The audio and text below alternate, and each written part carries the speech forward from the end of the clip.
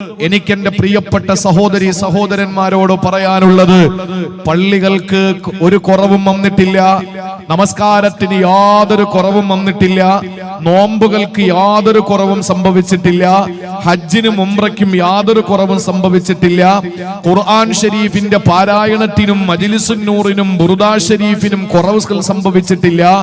ഒരു കാര്യത്തിനും ഒരു കുറവ് ഇവിടെ സംഭവിച്ചിട്ടില്ല. ഇവിടെ മുസ്ലിം ഉമ്മത്തിൽ അപജയമായി സംഭവിച്ചുകൊണ്ടിരിക്കുന്ന ഏറ്റവും വലിയ പരാജയം എന്ന് പറയുന്നത് ഹുഖൂഖുൽ ആദമി, മാനുഷിക പരിഗണനകളാണ് ഇവിടെ നഷ്ടപ്പെട്ടുകൊണ്ടിരിക്കുന്നത്. ഹുഖൂഖുള്ള, പടച്ചവനോടുള്ള നമ്മുടെ ബാധ്യതകൾക്ക് യാതൊരു വിട്ടുവീഴ്ചയും നമ്മൾ കാണിക്കാറില്ല. സുബഹിന്റെ ബാങ്ക് കേൾക്കുമ്പോൾ മാമരം കോച്ചുന്ന തണുപ്പത്ത് നമ്മുടെ ശരീരം ഇങ്ങനെ കോച്ച് കിടക്കുമ്പോ പോലും നമ്മൾ ചാടി എഴുന്നേറ്റ് നമ്മൾ ഉടൻ തന്നെ ആ പുതപ്പെടുത്ത് മാറ്റിയിട്ട് അള്ളാഹുവിന്റെ വിളിക്കുത്തരം നൽകിയിട്ട് പള്ളിയിൽ ചെന്ന് ജമാഅത്തായി നമസ്കരിക്കുന്നവർ അള്ളാഹുവിനോടുള്ള ബാധ്യത സമ്പൂർണമായി നിറവേറ്റുന്നവരാണ്. പക്ഷേ നിസ്കാരം കഴിഞ്ഞങ്ങോട്ട് പുറത്തിറങ്ങിയാൽ ഹുഖൂഖുൽ ആദമിൽ നമ്മൾ വിള്ളൽ വരുത്തുന്നു. പിന്നെ നമ്മൾ ഫസാദായി, ഫിത്നയായി, ഗീബത്തായി, നമീമത്തായി, പരദൂഷണമായി, ഇല്ലാത്തത് പറച്ചിലായി. അതുകൊണ്ട് ഈ കാലഘട്ടത്തിൽ മുസ്ലിം ഉമ്മത്ത് ഏറ്റവും കൂടുതൽ നേരിടുന്ന പ്രശ്നം സർവശക്തനോടുള്ള ഏതെങ്കിലും കടപ്പാടിലുള്ള വീഴ്ചകളല്ല, പടപ്പുകളോടുള്ള നമ്മുടെ ഇടപാടുകളിലെയും ഇടപെടലുകളിലൂടെയുമുള്ള വീഴ്ചകളാണ് എന്ന തിരിച്ചറിവിൽ നിന്ന് ഞാൻ എൻ്റെ പ്രിയപ്പെട്ട സഹോദരങ്ങളോട് ആമുഖമായി തന്നെ പറയുകയാണ്. അള്ളാഹുവിന്റെ വിശുദ്ധ ഖുർആനില് നായയെ പോലെയാണ് എന്ന് ഒരാളെ ഉപമിച്ചു. ആരെന്നറിയോ? നായയെ പോലെയാണ് എന്ന്. നായയുടെ പ്രത്യേകത എന്താ? ഐനുൻ നജസാൻ. ഐനുൻ നജസ്, 3 സൈസ് നജസ് ഉണ്ട്, നമുക്കറിയാലോ. ഒന്ന് കഠോരമായ നജസാണ്, അത് നായയും പന്നിയുമാണ് എന്ന് നമ്മളെ ഫുഖഹാക്കൾ പഠിപ്പിച്ചിട്ടുണ്ട്. പിന്നെ ഉള്ളത് ഒരു മിഡിൽ ലെവലിലുള്ള നജസാണ്, അത് നമുക്കറിയാം. നമ്മളൊക്കെ സാധാരണ കേൾക്കാറുള്ള വിസർജ്യ വസ്തുക്കൾ, രക്തം, മദ്യം, ഇതുപോലുള്ള സംഗതികളാണ്. പിന്നെ ഒരു ലഘുവായ നജസുണ്ട്, 2 വയസ്സെത്താത്ത, പാലല്ലാത്ത, മറ്റൊന്നും ഇതുവരെ കുടിച്ചിട്ടില്ലാത്ത ആൺകുട്ടിയുടെ മൂത്രം, അത് ഖഫീഫായ ലഘുവായ നജസാണെന്ന് ഫുഖഹാക്കൾ നമ്മളെ പഠിപ്പിക്കുകയാണ്. അപ്പൊ കഠോരമായ നജസ് ഏതാണ്? കഠോരമായ നജസ്, ലാസ്റ്റ് പറഞ്ഞ ചെറിയ ലഘുവായ നജസിന്റെ പ്രത്യേകത, കുറച്ച് വെള്ളം അങ്ങോട്ട് കുടഞ്ഞു കൊടുത്താൽ പ്രശ്നം പരിഹരിക്കപ്പെടാം. രണ്ടാമത് പറഞ്ഞ മിഡിൽ ലെവലിലുള്ളത്, അതിനെ കഴുകി അതിന്റെ മണവും നിറവും രുചിയും ഒക്കെ മാറണമെന്നല്ലേ നമ്മൾ പഠിച്ചത്. മൂന്നാമത് ആദ്യം പറഞ്ഞ ഏറ്റവും കഠോരമായ നജസിനെ, പട്ടിയെ നമ്മൾ ഡെറ്റോൾ കൊണ്ട് കുളിപ്പിച്ചാൽ അതിന്റെ നജസ് മാറുമോ? പന്നിയെ നമ്മൾ അതിനെ ഏറ്റവും നല്ല സാനിറ്ററൈസ് കൊണ്ട് അതിനെ ഒന്ന് കഴുകിയെടുത്താൽ അതിന്റെ നജസ് മാറുമോ? മാറൂല. ആ പട്ടിയും പന്നിയും എന്ന് പറയുന്നത് ഐനുൻ നജസാൻ. ആ ഐനുൻ നജസായ നായയെ പോലെയാണ് എന്ന് അള്ളാഹുവിന്റെ വിശുദ്ധമായ ഖുർആൻ ഉപമിച്ചത്. മസലുഹു കമസലിൽ കൽബ്, നായയെ പോലെയാണ് അവൻ എന്ന് പറഞ്ഞത്. ബൽആം ഇബ്നു ബഊറ എന്ന് പറയുന്ന ഒരു കാലഘട്ടത്തിലെ ഏറ്റവും വലിയ പണ്ഡിതനെ സംബന്ധിച്ചാൽ, മൂസാ നബി അലൈഹിസ്സലാമിന്റെ കാലഘട്ടത്തിലെ ഏറ്റവും വലിയ പണ്ഡിതനെ സംബന്ധിച്ചാണ് നായയെ പോലെയാണെന്ന് പറഞ്ഞത്. അതിന് കാരണമുണ്ട്. വത്തബഅ ഹവാഹു വലാകിന്നഹു അഖ്ലദ ഇലൽ അർളി, അവന് ആദർശത്തെക്കാൾ ആമാശയം വലുതായി അവൻ കണ്ടു. അതുകൊണ്ട് അള്ളാഹു അവനെ നായയെ പോലെയാണെന്ന് പറഞ്ഞു. അത്രയല്ലേ അള്ളാഹു തആല പറഞ്ഞുള്ളൂ. രണ്ടാമത് വേറൊരു സ്ഥലത്ത് അല്ലാഹു തആല ഇതെല്ലാം പഠിച്ചു വെച്ചിട്ട് അമല് ചെയ്യാത്ത ആളുകൾ, ഇഷ്ടം പോലെ വിജ്ഞാനം നമ്മൾ കരഗതമാക്കി, പക്ഷെ അത് തന്റെ പ്രവൃത്തി പദത്തിൽ കൊണ്ടുവരാത്തവനെ സംബന്ധിച്ച് അല്ലാഹു പറയുന്നത് കമസലിൽ ഹിമാരി എന്നാണ്. അവന് കഴുതയെ പോലെയാണ്. യഹ്മിലു അസ്ഫാറ, ഏടുകൾ ചുമക്കുന്നുണ്ട്. കഴുതയെ അയ്യായയുടെ കോളേജിന്റെ മുറ്റത്ത് കൊണ്ട് നിർത്തിയിട്ട് അതിന്റെ പുറത്ത് വിശുദ്ധ ഖുർആനും സഹീഹുൽ ബുഖാരിയും സഹീഹു മുസ്ലിമും അബൂദാവൂദും തുർമുദിയും ഇബ്നു മാജയും നസായിയും സിഹാഹു സിത്തയും തൊബറാനിയും തഹാവിയും ഇതെല്ലാം എല്ലായിടത്തും അങ്ങോട്ട് തലയിൽ വെച്ചു കൊടുത്താൽ അത് ചുമന്നുകൊണ്ട് പോകും. തിരൂര് വേണമെങ്കിൽ, തിരുനാവയിൽ വേണമെങ്കിൽ, താനൂര് വേണമെങ്കിൽ, കുറ്റിപ്പുറത്ത് വേണമെങ്കിൽ, വൈലത്തൂര് വേണമെങ്കിൽ, എവിടെ വേണോ ഈ കഴുത ചുമക്കും. പക്ഷെ കഴുതയ്ക്ക് അറിഞ്ഞൂടാ ഇത് ലോകം കണ്ട എല്ലാ മുസ്ലിങ്ങളും അംഗീകരിക്കുന്ന ഈ സിഹാബ് സിത്തയാണ് തന്റെ തോളത്തിരിക്കുന്നതെന്ന് കഴുതയ്ക്ക് അറിഞ്ഞൂടാ. അതേ അവസ്ഥയാണ് ചില കഴുതകൾക്ക്. എത്ര പഠിച്ചാലും പഠിച്ചത് അമല് ചെയ്യൂല. അങ്ങനത്തെ വിഭാഗത്തിനെ പോലും അള്ളാഹു പരിചയപ്പെടുത്തിയത് കഴുതയെ പോലെ എന്നാണ്. പക്ഷേ നിങ്ങൾക്കറിയണോ, കഴുതയെ പോലെയാണെന്ന് പറയുന്നതിനേക്കാൾ, നായയെ പോലെയാണെന്ന് പറയുന്നതിനേക്കാൾ അള്ളാഹുവിന്റെ വിശുദ്ധമായ ഖുർആൻ വളരെ ഗൗരവത്തോടെ പറഞ്ഞ ഒരു കാര്യമുണ്ട്. സഹോദരങ്ങളെ, ആദ്യം പറഞ്ഞത് ദുനിയാവിന്റെ പൂജകരായ ആളുകളെ സംബന്ധിച്ച് നായയാണെന്ന് പറഞ്ഞത് അത് അള്ളാഹുവുമായിട്ട് ബന്ധപ്പെട്ടതാ. രണ്ടാമത് പരിചയപ്പെടുത്തിയത് പഠിച്ചത് ജീവിതത്തിൽ പ്രാവർത്തികമാക്കാത്തവരും അള്ളാഹുവുമായിട്ട് ബന്ധപ്പെട്ട കാര്യമാ. അവനെയാണ് കഴുതയെ പോലെയാണെന്ന് വിശദീകരിച്ചതെങ്കിൽ ഇവിടെ മൂന്നാമതായിട്ട് ഞാൻ നിങ്ങളെ ഓർമ്മപ്പെടുത്തുന്നത് സഹോദര സഹോദരിമാരെ, മനുഷ്യരുമായി ബന്ധപ്പെട്ട വിഷയങ്ങളിൽ അല്ലാഹു തആല ഒരാളെ ഉപമിച്ചത് എങ്ങനെയാണെന്നറിയോ? അയുഹിബ്ബു അഹദുക്കും മയ്യകുല ലഹമ അഖീഹി മൈതാ, അയുഹിബ്ബു അഹദുക്കും മയ്യകുല ലഹമ അഖീഹി മൈതാ. നിങ്ങളുടെ സ്വന്തം സഹോദരൻ, നിങ്ങളുടെ കൂടപ്പറപ്പ്, നിങ്ങളുടെ മനുഷ്യനായ നിങ്ങളുടെ സഹോദരന്, ആ സഹോദരന്റെ പച്ച ശരീരത്തെ, അവന്റെ മാംസളമായ ശരീരത്തിന്റെ ഭാഗത്തെ മുറിച്ചിട്ട് ആ മുറിച്ചെടുത്ത ശരീരത്തിന്റെ ഭാഗം നിങ്ങൾ പച്ചക്കിരുന്ന് കഴിക്കാൻ നിങ്ങൾക്ക് കഴിയുമോ? എന്നിട്ട് അല്ലാഹു തന്നെ പറയുകയാണ്, ഫകരിഹ്തുമൂ, അത് നിങ്ങൾക്ക് വല്ലാത്ത ഇറിറ്റേഷനാണ്, വെറുപ്പാണ്, അത് നിങ്ങൾക്ക് ഒരിക്കലും അംഗീകരിക്കാൻ പറ്റാത്ത കാര്യമാണല്ലോ. എന്നാൽ വിശുദ്ധമായ ഖുർആൻ, അല്ലാഹുവിന്റെ കലാമ്, അവനുമായി ബന്ധപ്പെട്ട ഏതേത് വിഷയങ്ങൾ പറഞ്ഞപ്പോൾ അല്ലാഹു തആല കഴുതയെ പോലെയാണ്, നായയെ പോലെയാണെന്ന് പറഞ്ഞ ഖുർആൻ, മനുഷ്യരുമായി ബന്ധപ്പെട്ട വിഷയം വന്നപ്പോൾ അല്ലാഹു പറഞ്ഞത് അതിനേക്കാൾ കഠോരമായ മനുഷ്യന്റെ പച്ചയിറച്ചി തിന്നുന്നതിനോടെയല്ലേ, മനുഷ്യന്റെ പച്ചയിറച്ചി തിന്നുന്നവനെ പോലെയാണെന്നല്ലേ പറഞ്ഞത്. അതുകൊണ്ട് എന്നെ കേൾക്കുന്ന സഹോദരങ്ങളെ, അയ്യായയിലെ, അതല്ലെങ്കിൽ തിരുനാവായിലെ, തിരൂരിലെ, താനൂരിലെ, വൈലത്തൂരിലെ, കുറ്റിപ്പുറത്തെ, മലപ്പുറത്തെ ഏതെങ്കിലും ഒരു പള്ളിയുടെ മിനാരത്തിൽ നിന്ന് ബാങ്ക് മുഴങ്ങുമ്പോ ആ ബാങ്ക് മുഴങ്ങുന്ന സമയത്ത് പടച്ചവനെ ലബ്ബൈക വസഅദൈക, പടച്ചവനെ ഇതാ വിജയത്തിലേക്ക് വരൂ, നിസ്കാരത്തിലേക്ക് വരൂ എന്ന വിളി വന്നപ്പോൾ ലബ്ബൈക വസഅദൈക, ഞാനിതാ വന്നിരിക്കുന്നു പടച്ചവനെ, നിന്റെ മുന്നിൽ സുജൂദ് ചെയ്യാം, നിന്റെ മുന്നിൽ നമ്രശിരസ്കരാകാം, നിന്റെ മുന്നിൽ ഓച്ചാനിച്ച് റുകൂഇൽ കിടക്കാം, ഞാനിതാ വരുന്നു തമ്പുരാനെ. ഒരു മടിയുമില്ലാതെ പോകുന്ന മലപ്പുറത്തുകാരാ, തിരൂരുകാരാ, താനൂരുകാരാ, അല്ലാഹുവിനോടുള്ള സകല കടമകളും കടപ്പാടുകളും പാലിക്കുന്നവരെ, പക്ഷേ നിങ്ങൾ ചിന്തിച്ചിട്ടുണ്ടോ, തൊട്ടപ്പുറത്തുള്ള മനുഷ്യരുമായിട്ടുള്ള ബന്ധത്തിൽ എത്രയോ വിള്ളൽ വീണിട്ടുണ്ട്. കടം വാങ്ങിയിട്ട് കൊടുക്കാത്തവരില്ലേ, പരദൂഷണം പറഞ്ഞ് പച്ചയിറച്ചി തിന്നുന്നവരില്ലേ, എന്റെ പ്രിയപ്പെട്ടവരെ, ഒറ്റുകാരില്ലേ, ഒറ്റുകൊടുക്കുന്നവരില്ലേ, കൂടെ പറപ്പിനെ പോലും ചതിക്കുന്നവരില്ലേ. ആ ഒരു നിലയിലേക്ക് ഒരു മനുഷ്യന് എത്തപ്പെടുമ്പോ അല്ലാഹുവിന്റെ വിശുദ്ധമായ ഖുർആനിലൂടെ പടച്ചതമ്പുരാ ജീവനോടെ ഒരു മനുഷ്യന്റെ ശരീരത്തിന്റെ മാംസളമായ ഭാഗം മുറിച്ചെടുത്തിട്ട് അവൻ ഇരുന്ന് തിന്നുന്നവനെ പോലെയാണ് വിശുദ്ധ ഖുർആൻ ഒരാളെ പരിചയപ്പെടുത്തിയതെങ്കിൽ, എന്റെ പ്രിയപ്പെട്ടവരെ, ഖുർആനിൽ 6660 ചില്ലുവാനമായത്തുകൾ നിങ്ങളെന്നെടുത്ത് പരിശോധിക്കുമോ? 114 അധ്യായങ്ങൾ നിങ്ങളെന്നെടുത്ത് പരിശോധിക്കുമോ? ഖുർആനിന്റെ എൻസൈക്ലോപീഡിയ നിങ്ങളെന്ന് പരിശോധിക്കുമോ? അല്ലാഹുവിന്റെ വിശുദ്ധ ഖുർആനിന്റെ സദസ്സുകളിൽ പോയിരുന്നിട്ട് നിങ്ങൾ ആ പ്രസംഗമെന്ന് കേൾക്കുമോ? വിശുദ്ധ ഖുർആനിൽ പടച്ചവനുമായി ബന്ധപ്പെട്ട വിഷയങ്ങൾ പറയുമ്പോൾ ആണുങ്ങളെയും പെണ്ണുങ്ങളെയും പ്രത്യേകം പ്രത്യേകം വിളിച്ച് അല്ലാഹു തആല പറഞ്ഞിട്ടില്ല. എന്തുകൊണ്ട് പറഞ്ഞില്ലെന്നറിയോ? ഓ മനുഷ്യരെ എന്ന് വിളിച്ച 20 ആയത്തുകൾ ഖുർആനിലുണ്ട്.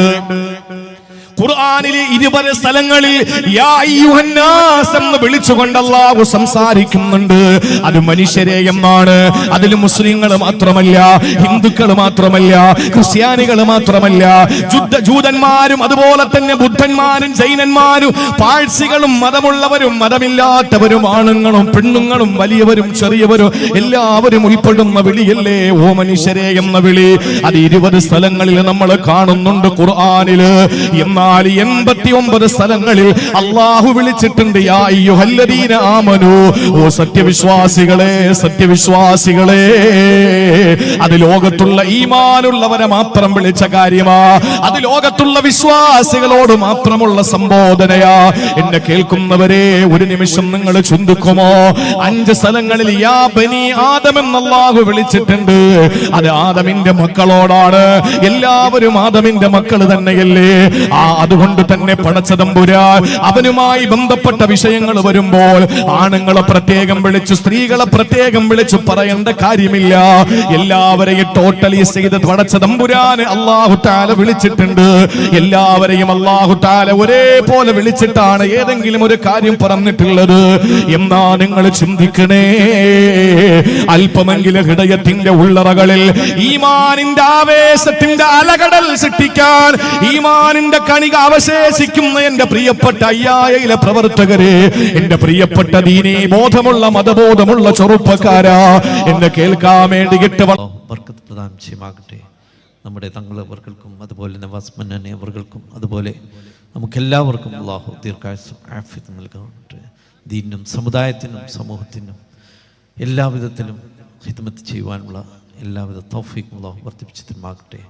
മരണസമയത്ത് കലിമത്ത് തൗഹീദ് ചൊല്ലി മരിക്കുവാൻ നമുക്കെല്ലാം അല്ലാഹു ഭാഗ്യം നൽകട്ടെ എന്ന് പ്രാർത്ഥിച്ചുകൊണ്ട് എൻ്റെ വാക്കുകൾ ഉപസംഹരിക്കുന്നു. വാഖിറു ദഅ്വാനാ അൽഹംദുലില്ലാഹി റബ്ബിൽ ആലമീൻ. അസ്സലാമു അലൈക്കും വറഹ്മത്തുള്ളാഹി. അടുത്തതായി വേദി ഒരു ഉപഹാര സമർപ്പണങ്ങൾക്ക് സാക്ഷിയാവുകയാണ്. 9 വർഷം ശൈഖുനയുടെ തണലിനായി വിദ്യ നുകർന്ന് ഈ വർഷം വെല്ലൂർ ബാഖിയാത്ത് സ്വാലിഹാത്തിലേക്ക്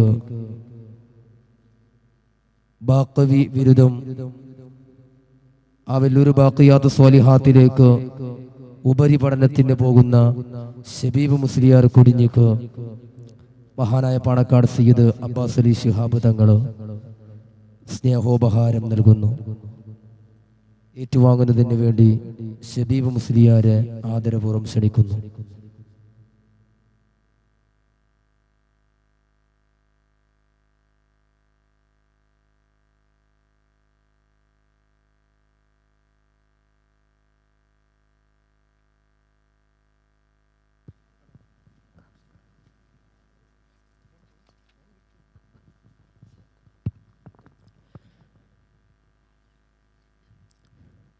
ഇസ്ലാമിക കലകളുടെ പുകളും പെരുമയും പ്രൗഢമായി പരന്നൊഴുകുന്ന സർഗോത്സവം ഈ കാലത്തുലമ സ്റ്റുഡൻസ് അസോസിയേഷന്റെ ആഭിമുഖ്യത്തിൽ സംഘടിപ്പിച്ച തൻഷീത്ത് ഫെസ്റ്റ് 2K23 സീനിയർ വിഭാഗം കലാപ്രതിഭ പട്ടം കരസ്ഥമാക്കിയിരിക്കുന്നത് ടീം അംഗങ്ങളെയും നൽകുന്നതിന് വേണ്ടി പാണക്കാട് സയ്യിദ് അബ്ബാസ് അലി ശിഹാബ് തങ്ങളെയും ബഹുമാന പുരസ്സരം സാദരം ക്ഷണിക്കുന്നു.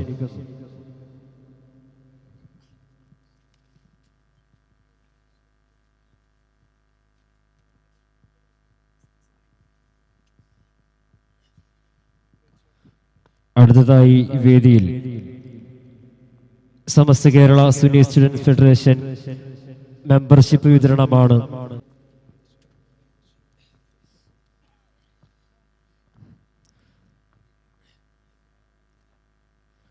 വേദിയിൽ മമ്പ ഉസാദ് അറബിക് കോളേജ് ജമലുൽ ദർസ് ബ്രൈറ്റ് ഷോറിന് ഒരു ഉപഹാരം സമർപ്പിക്കുന്നു.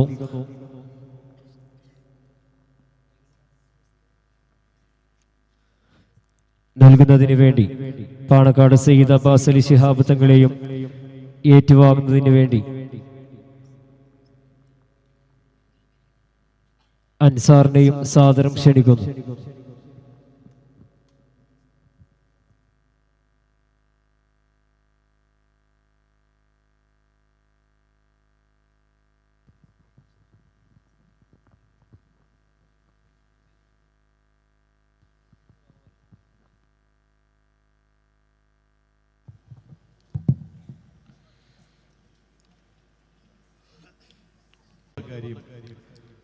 സൃഷ്ടാവിനോടുള്ള എല്ലാ കടമകളും കടപ്പാടുകളും വളരെ കൃത്യമായി പാലിക്കുന്നവരാണ് ഈ കാലഘട്ടത്തിലെ സിംഹഭാഗം മുഅ്മിനീങ്ങളും സത്യവിശ്വാസികളും എങ്കിൽ, പടപ്പുകളോടുള്ള വിഷയങ്ങൾ വരുമ്പോൾ അവർ ആ വിഷയത്തിൽ വളരെ പിന്നോക്കം നിൽക്കുന്നു എന്നുള്ളതാണ്.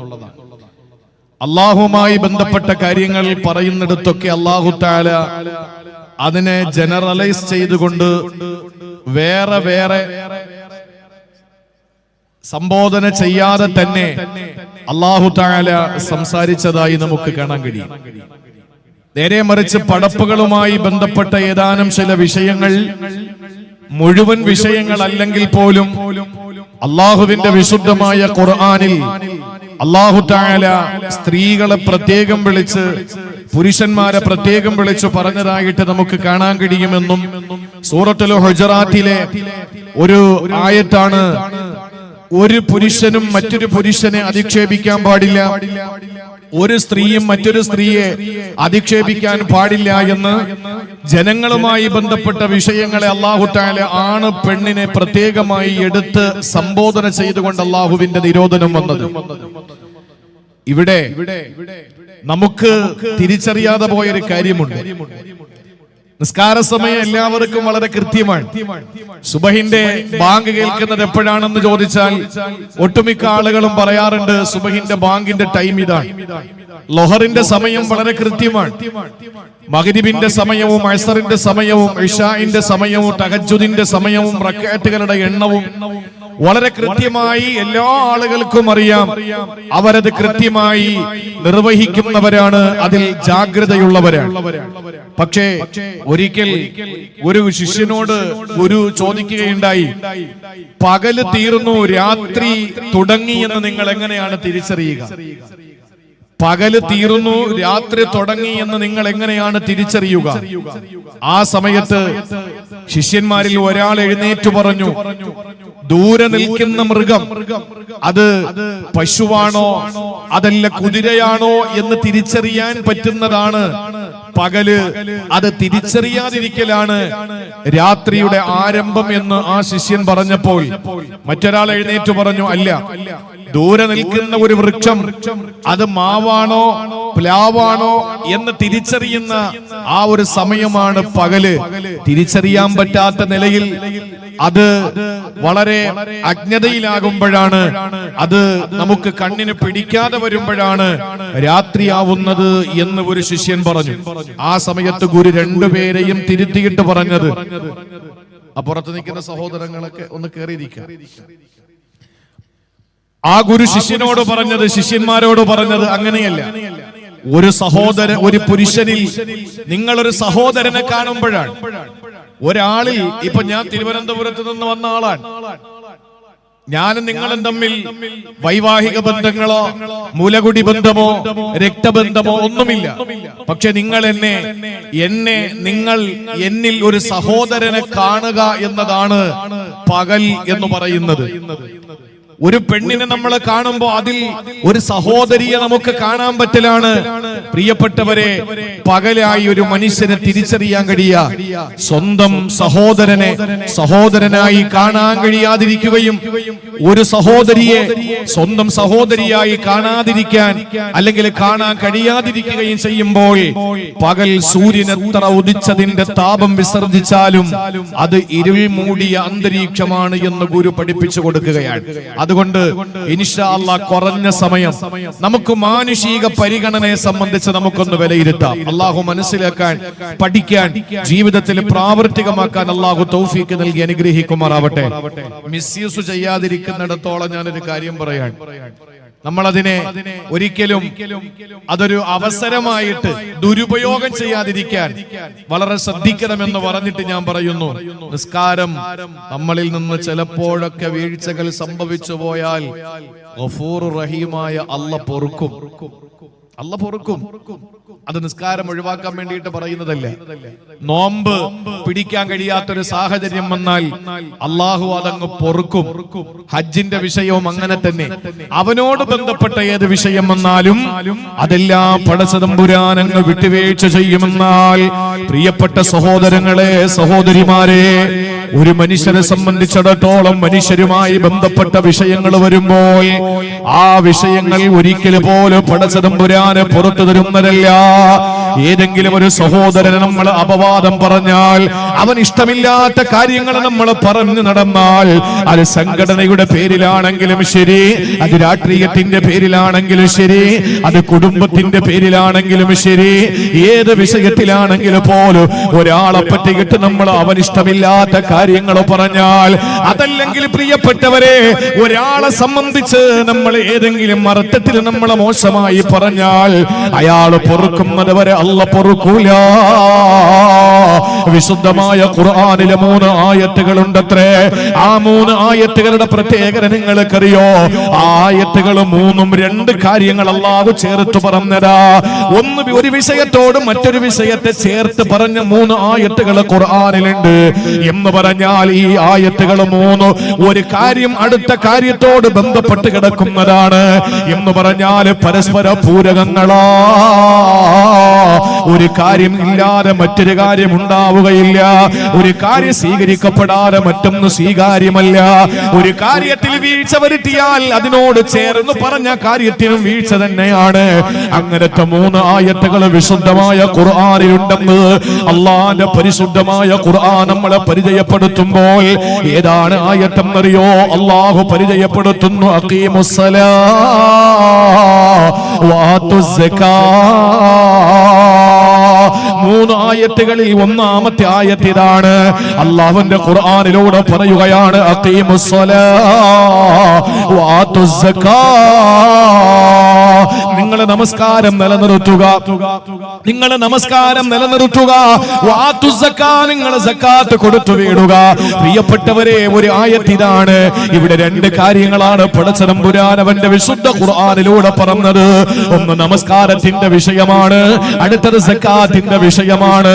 ഒന്ന് അല്ലാഹുവുമായിട്ട് ബന്ധപ്പെട്ടതാണ്, ഒന്ന് അടിമകളുമായി ബന്ധപ്പെട്ടതാണ്. നിസ്കാരം അല്ലാഹുവിന് വേണ്ടി നിർവഹിക്കുന്ന കാര്യമാ, എന്നാൽ സക്കാത്ത് പടപ്പുകളുമായി ബന്ധപ്പെട്ട കാര്യമല്ലേ സഹോദരങ്ങളെ? ഈ അടുത്തടുത്ത് പറഞ്ഞ ഈ 2 കാര്യങ്ങളുണ്ടല്ലോ, ഇത് ഒന്ന് മറ്റൊന്നിന്റെ പൂരകമാണ്. എന്ന് പറഞ്ഞാൽ നിസ്കാരമില്ലാതെ പടച്ചവന് സക്കാത്ത് വേണ്ട. മനുഷ്യരുമായിട്ട് ബന്ധപ്പെട്ട കാര്യങ്ങളിൽ കൃത്യമായ ജീവിത ശൈലി പുലർത്തുന്ന ഒരാള് അള്ളാന്റെ മുന്നിൽ സുജൂദ് ചെയ്തില്ലെന്നിരിക്കട്ടെ, അവന്റെ നിസ്കാരം അല്ലാഹു തആല അവന്റെ നിസ്കാരം ഒഴിവാക്കിയിട്ട് പടപ്പുകളുമായി ബന്ധപ്പെട്ട എല്ലാ ജീവകാരുണ്യ പ്രവർത്തനങ്ങളിലും ബന്ധപ്പെടുന്നവര് ബാങ്ക് കേൾക്കുമ്പോൾ നിസ്കാരമില്ല. പക്ഷേ എവിടെയാണോ സങ്കടപ്പെടുന്ന കുടുംബമുള്ളത്, എവിടെയാണോ കെട്ടിച്ചേക്കാൻ സാമ്പത്തിക ശേഷിയില്ലാത്ത പാവപ്പെട്ടവരുള്ളവര്, എവിടെയാണ് പട്ടിണി കിടക്കുന്ന കുടുംബമുള്ളത്, അവിടെയെല്ലാ സാമ്പത്തിക സഹായം നൽകുന്ന ആളുകളാ. പക്ഷേ 5 നേരം നിസ്കാരം അവന്റെ ജീവിതത്തിലില്ല. എന്നാൽ സക്കാത്ത് കൊടുക്കുന്ന അവന് നിസ്കാരമില്ലെങ്കിൽ ആ സക്കാത്ത് പടച്ചവന് വേണ്ട. അതേപോലെ തിരിച്ചും നിങ്ങളൊന്ന് ചിന്തിക്കണേ. പരസ്പരം പൂരകമാണെന്ന് പറഞ്ഞാൽ അങ്ങനെയാണ്. ഒന്നുണ്ടെങ്കിലേ മറ്റതുള്ളൂ, 2ഉം പരസ്പരം പൂരകങ്ങളാണ്. 5 നേരം പള്ളികളിൽ നമസ്കരിക്കുന്നവനാ, പക്ഷേ പാവങ്ങളുടെ വിഷയത്തിൽ ഇടപെടാത്തവനാ, സക്കാത്ത് കൊടുക്കാത്തവനാണ്, പട്ടിണി കിടക്കുന്ന പാവങ്ങളെ മൈൻഡ് ചെയ്യാത്തവനാണ്, ഒരു നേരത്തെ ഭക്ഷണം കഴിക്കാൻ വകയില്ലാതെ കഷ്ടപ്പെടുന്ന പാവപ്പെട്ടവര് യാതൊരു നിലയിലുമുള്ള സഹായം നൽകാത്തവനാ. അങ്ങനെയുള്ളവരെ സംബന്ധിച്ചിടത്തോളം എന്റെ പ്രിയപ്പെട്ടവരെ, വിശുദ്ധമായ ഖുർആനിലൂടെ പടച്ചതമ്പുരാ പറയുകയാണ്, അവന്റെ നമസ്കാരം അല്ലാഹു വേണ്ട, സക്കാത്തില്ലാത്തവന്റെ നിസ്കാരം അല്ലാഹു വേണ്ട, അതുപോലെ നിസ്കാരമില്ലാത്തവന്റെ സക്കാത്തും അല്ലാഹു വേണ്ട. അതുപോലെ വിശുദ്ധ ഖുർആൻ 2ാമത് പരിചയപ്പെടുത്തിയ ആയത്ത് ഏതെന്നറിയോ? അനിഷ്കുർലീ വലിവാലിദൈക, അനിഷ്കുർലീ വലിവാലിദൈക. ഓ മനുഷ്യ, എനിക്ക് നീ നന്ദി കാണിക്കണേ, എനിക്ക് നീ നന്ദി രേഖപ്പെടുത്തണേ. രേഖപ്പെടുത്തണേ വലിവാലിരേക്ക, നിന്റെ മാതാപിതാക്കൾക്കും നീ നന്ദി രേഖപ്പെടുത്തണേ. ഇത് സഹോദരങ്ങളെ ഖുർആനിലെ രണ്ടാമത്തെ ആയത്താണ്. ഈ രണ്ട് കാര്യങ്ങൾ പരസ്പര പൂരകങ്ങളാ, ഒന്നൊന്നോട് ബന്ധപ്പെട്ട് കിടക്കുന്നതാണ്. ഒന്ന് പടച്ചവനുമായി ബന്ധപ്പെട്ടതാണ് ശുക്ർ, രണ്ടാമത്തേത് പടപ്പുകളുമായി ബന്ധപ്പെട്ടതാണ്. ഉമ്മയും ബാപ്പയും അനുസരിക്കുന്ന വിഷയമാ, അത് സൃഷ്ടികളുമായി ബന്ധപ്പെട്ട കാര്യമാ. എന്റെ പ്രിയപ്പെട്ടവരെ, ഒന്നില്ലാതെ മറ്റതല്ലാക്ക് വേണ്ട. മാതാപിതാക്കളെ വൃദ്ധസദനത്തിൽ കൊണ്ടുവന്നാക്കിയിട്ട് അള്ളാന്റെ പള്ളിയിൽ ഏറ്റിക്കാഫിരുന്ന അവന്റെ ഏറ്റിക്കാഫ് പടച്ചോന് വേണ്ട.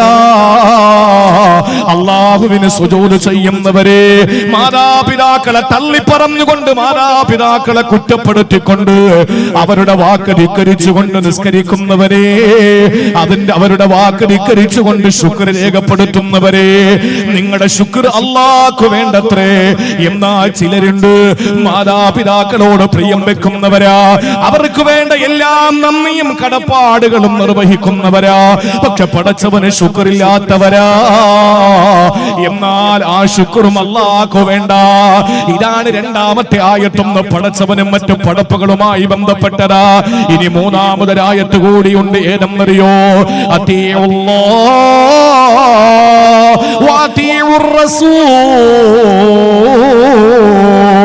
നിങ്ങൾ അല്ലാഹുവിനെ വഴിപ്പെടണം, റസൂലിനെയും നിങ്ങൾ വഴിപ്പെടണേ. ഇതെന്റെ സഹോദരങ്ങളെ, ഇവിടെ ഒന്ന് പടച്ചവനുമായി ബന്ധപ്പെട്ടതാണ് ഇത്താഅത്തുല്ലാഹ്, രണ്ടാമത്തേത് ഇത്താഅത്ത് റസൂൽ, പടപ്പുമായി ബന്ധപ്പെട്ടതാ. അല്ലാഹുവിനെ വഴിപ്പെടുന്നവര് റസൂലുള്ളാഹിനെ വഴിപ്പെടുന്നില്ല. നമ്മുടെ കാലഘട്ടത്തിന്റെ നവീനവാദികൾ പറയാറുണ്ടല്ലോ, അല്ല എന്ത് പറഞ്ഞു ഞാൻ അനുസരിച്ചോളാ, അല്ല അല്ലാത്ത ഒന്നും എനിക്കൊരു പ്രശ്നമല്ല. പോരാ, പടച്ചതമ്പുരാ എന്താണോ നമ്മളോട് കൽപ്പിച്ചിട്ടുള്ളത് അവൻ അനുസരിക്കാനാ. അതേ അനുസരണ ഹബീബായ നബി മുഹമ്മദ് മുസ്തഫ ആ പ്രവാചകന്റെ വിഷയത്തിൽ നമ്മൾ കാണിക്കുന്നത് വരെ നമ്മൾ യഥാർത്ഥത്തിൽ അള്ളാഹുവിനോടുള്ള ഇത്താഅത്ത് പൂർത്തിയാക്കുന്നവരല്ല. ഇനി ചില ആളുകളുണ്ട്, റസൂൽ എന്ത് പറഞ്ഞാലും അനുസരിക്കും, പക്ഷെ അല്ല പറയുന്നത് അനുസരിക്കൂല, അതും അല്ലാഹു വേണ്ട.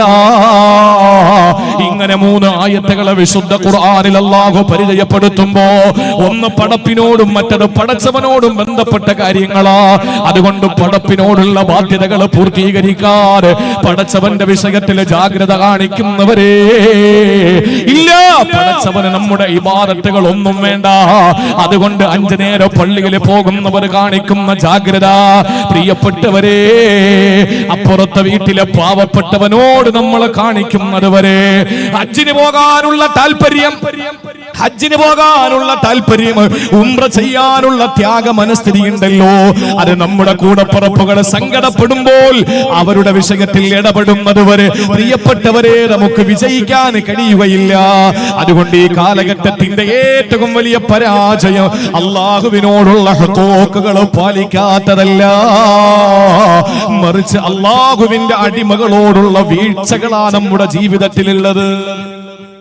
നമ്മൾ അങ്ങനെയൊക്കെ അള്ളാഹുവിനെ മാത്രം മതി എന്ന് പറയുന്ന ചില ആളുകളുണ്ട്. ഞാൻ എന്റെ റബ്ബിനെ അനുസരിച്ചോളാം, എന്റെ റബ്ബ് എന്ത് പറയുന്നു ഞാനത് അംഗീകരിച്ചോളാം, പടപ്പുകളുമായിട്ട് യാതൊരു ബന്ധവുമില്ല. എന്റെ അയ്യായിലെ സഹോദരങ്ങളെ, നിങ്ങൾക്ക് തോന്നുന്നുണ്ടോ രക്ഷപ്പെടാൻ പറ്റുമോ? പറ, തോന്നുന്നുണ്ടോ? നിങ്ങൾക്ക് അങ്ങനെ എന്തെങ്കിലും ഒരു ധാരണ ഉണ്ടോ? ഉണ്ടോ?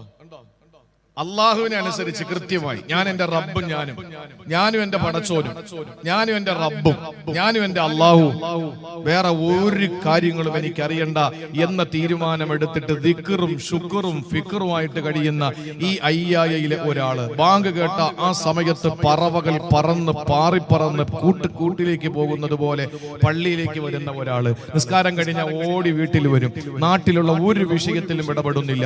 നിങ്ങൾക്ക് തോന്നുന്നുണ്ടോ ഇയാൾക്ക് സ്വർഗത്തിൽ പോകാൻ പറ്റുമോ?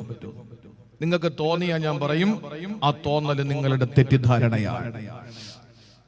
ആ തോന്നല് തെറ്റിദ്ധാരണയാണ്, നിസ്സാരമാണെന്ന് കരുതരുത്. നബിയെ, ഞാൻ നല്ലവനാണോ?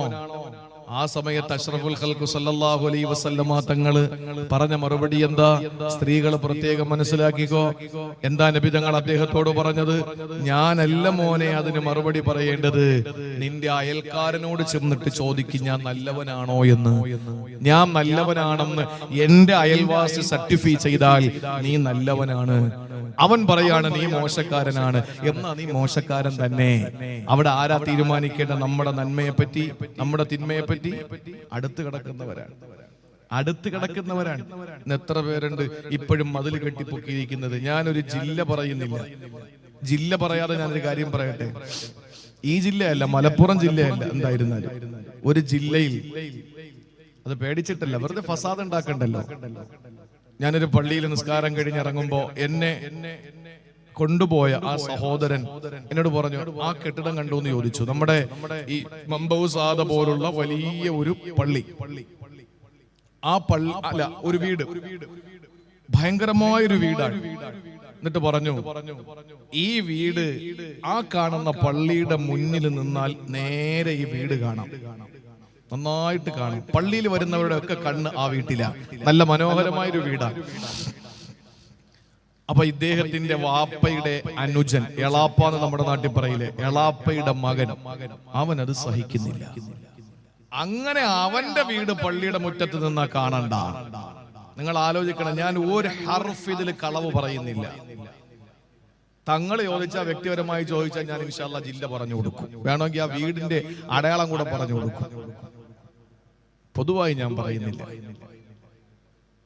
ആ മലപ്പുറം ജില്ലയല്ല കേട്ടോ, തിരുവനന്തപുരം ജില്ലയും അല്ല.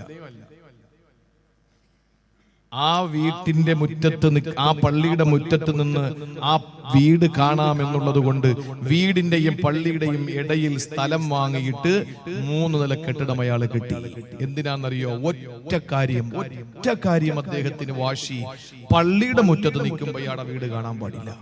നിസ്കാരമുള്ളവനാണ്, ഇല്ലെങ്കിൽ പിന്നെ പള്ളിയുടെ മുറ്റത്ത് നിൽക്കുമ്പോൾ വീട് കാണാൻ കഴിയുമെന്ന് ഇയാൾക്ക് എങ്ങനെ അറിയാം? നിസ്കാരം കൊണ്ടാളാ. എന്നാലും അതിന്റെ ഒരു ഭാഗം ഇങ്ങനെ കാണാൻ പറ്റുന്നു. നിങ്ങൾക്കറിയോ ഈ മനുഷ്യൻ ചെയ്ത പണി എന്താണ്? ഈ മനുഷ്യൻ ചെയ്തത്, ഞങ്ങളുടെ നാട്ടിലെ പാരപ്പറ്റ് കെട്ടുക എന്ന് പറയും. എന്താ പറയണ നിങ്ങളെ? സൈഡ് ഇങ്ങനെ കെട്ടി മുകളിൽ അല്ലേ, അത് കെട്ടി. അത് കെട്ടിയപ്പോഴും വീടിന്റെ ചില ഭാഗങ്ങൾ കാണാൻ പറ്റുന്നു. ഞാൻ ഹക്കാ പറയുന്നത്. അദ്ദേഹം എന്ത് ചെയ്തു? ഇത് കാണിച്ചു തരാൻ വേണ്ടിയിട്ട് അദ്ദേഹം എന്നെ ആ വണ്ടിയിൽ കൊണ്ടുപോയിട്ട്, ഈ പാരപ്പറ്റ് കെട്ടിയിരിക്കുന്നത് ഒരു ഭാഗത്ത് ചെറിയ ഉയരത്തിലും ഇങ്ങോട്ടിങ്ങോട്ട് വരുമ്പോൾ വലിയ ഉയരത്തിലുമാണ്. അങ്ങനെ ഈ സൈഡ് ഇങ്ങനെ ഉയരത്തിൽ കെട്ടി അങ്ങ് മറച്ചപ്പോഴേക്ക് സമ്പൂർണമായി വീട് പള്ളിയുടെ മുറ്റത്ത് നിന്ന് മറഞ്ഞു. അദ്ദേഹത്തിന് നിർവൃതിയായി. ഇതുകൊണ്ട് അദ്ദേഹത്തിന് എന്ത് കിട്ടാനാ? നിസ്കാരമുള്ള ആളാണ്, നോമ്പുള്ള ആളാണ്, പള്ളിക്ക് സഹായിക്കുന്ന ആളാണ്. പക്ഷെ തന്റെ മൂത്താപ്പയുടെ മകന്റെ വീട് പള്ളിയുടെ മുറ്റത്ത് നിന്നാൽ ആരും കാണണ്ട. ആ ഒരു മനസ്ഥിതിയുള്ള ഒരു മനുഷ്യന് രക്ഷപ്പെടാൻ പറ്റുമെന്ന് നിങ്ങൾക്ക് തോന്നുന്നുണ്ടോ? ഞാൻ നല്ലവനാണോ എന്ന് തീരുമാനിക്കേണ്ടത് ജമലുൽ തങ്ങളല്ല. ഞാൻ നല്ലവനാണോ എന്ന് തീരുമാനിക്കേണ്ടത് എന്റെ കൂടെ വരുന്നവരല്ല. ഞാൻ നല്ലവനാണോ മോശപ്പെട്ടവനാണോ എന്ന് തീരുമാനിക്കേണ്ടത് എന്റെ സ്നേഹിതന്മാരോ എന്നെ സ്നേഹിക്കുന്നവരോ അല്ല. ഞാൻ നല്ലവനാണോ അല്ലയോ എന്ന് പറയേണ്ടത് നിങ്ങൾ ഇവിടെ നിന്ന് വന്നിട്ട് എന്റെ വീടിന്റെ തൊട്ടപ്പുറത്ത് താമസിക്കുന്ന ആളുകൾ ചോദിച്ചു നോക്കണം, ഇയാൾ എങ്ങനെയുണ്ട്. അപ്പൊ അറിയാം. പറയിപ്പിക്കാൻ നമുക്ക് കഴിയണം. മയ്യത്ത് കൊണ്ടുപോകുമ്പോഴല്ലേ ഇയാളെപ്പറ്റി നിങ്ങളുടെ അഭിപ്രായം എന്താണെന്ന് ചോദിച്ചത്. ആ സമയത്ത് 100 നാവാണ് സഹാബത്തിന് നബിയേ, അയാള് നല്ല മനുഷ്യനാ. ആ സമയത്ത് റസൂലുള്ളാഹി പറഞ്ഞതെന്താണ്? അയാൾക്ക് സ്വർഗമാണ് സഹാബാ. ഒരു മയ്യത്ത് കൊണ്ടുപോകുമ്പോൾ ആളുകളോട് ചോദിച്ചു, ഇയാളെപ്പറ്റി നിങ്ങളുടെ നിലപാടെന്താ? അയാള് മോശക്കാരനാണ് നബിയേ, അയാളുടെ സ്വഭാവം ദുസ്വഭാവമാണ്. ആ സമയത്ത് തിരുനബി പറഞ്ഞു, ദഖലന്നാർ, അയാളുടെ സങ്കേതം നരകമാണ്. എന്തുകൊണ്ടും അറിയോ? ജനങ്ങളെ കൊണ്ട് നല്ലത് പറയിപ്പിക്കാത്തത് കൊണ്ടാ. അതുകൊണ്ട് അയ്യായിലെ മമ്പൗസാദയുടെ കലാലയമുറ്റത്തൊരുമിച്ചു കൂടിയ എന്റെ 100 കണക്കിന് സഹോദരിമാരോട്, എന്റെ സഹോദരങ്ങളോട് പറയാനുള്ളത്, പടച്ചവനോടുള്ള ബാധ്യതകളെ സമ്പൂർണമായി പാലിക്കുന്നവരെ, പടപ്പുകളോടുള്ള ബാധ്യതകൾ കൂടി പാലിക്കാൻ നമുക്ക് കഴിയേണ്ടതുണ്ട്. ഇല്ലാത്തടത്തോളം കാലം പ്രിയപ്പെട്ടവരെ നമ്മുടെ ജീവിതം വട്ട പൂജ്യം തന്നെയാണ്, സംശയമില്ല. നിങ്ങൾക്കറിയോ, വിശുദ്ധമായ ഖുർആനിലേക്ക് ഞാൻ നിങ്ങളെ കൊണ്ടുപോവുകയാ. ഞാൻ ചോദിക്കുകയാണ്, അയ്യായയുടെ മുറ്റത്ത് നിങ്ങൾ എത്രയോ വഴുത കേട്ടവരാ. ഞാൻ ചോദിക്കട്ടെ, ഖുർആൻ പഠിക്കുന്നവരല്ലേ നിങ്ങൾ? ഖുർആനുമായി ബന്ധപ്പെടുന്നവരല്ലേ മലപ്പുറം ജില്ലക്കാര്? ഖുർആൻ ഹൃദയത്തിലേറ്റ് പരിശുദ്ധമായ ഖുർആനിനെ ജീവന്റെ ജീവനായി കാണുന്നവരെ, സുജൂദ് ചെയ്യുക എന്ന് പറയുന്ന ഒരു അടിമ ഉടമസ്ഥനായ പടച്ചവന്റെ മുന്നിൽ ഏറ്റവും കൂടുതൽ വിധേയപ്പെടുന്നത് സുജൂദിലാണല്ലോ. ആ സുജൂദിൽ എന്ത് ദിക്റാണ് ചൊല്ലേണ്ടതെന്ന് ഖുർആനിന്റെ ഏതെങ്കിലും ഒരു സൂറത്തിൽ നിങ്ങൾക്ക് കാണിച്ചു തരാൻ പറ്റുമോ? സുജൂദിൽ പറയേണ്ടത് എന്താ? സുബ്ഹാന റബ്ബിയൽ അഅ്ലാ വ ബിഹംദിഹി. ഖുർആന്റെ ഏത് സൂറത്തിലാണുള്ളത്? അറിയോ?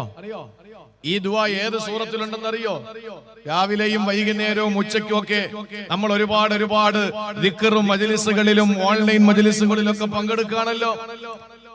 നിങ്ങൾക്കറിയോ സുജൂദിൽ ഈ പറയുന്ന ദിക്ർ ഖുർആനിന്റെ ഏതായത്താണെന്ന്? സുബ്ഹാന റബ്ബിയൽ അഅ്ലാ വ ബിഹംദിഹി. ഏതായത്താ?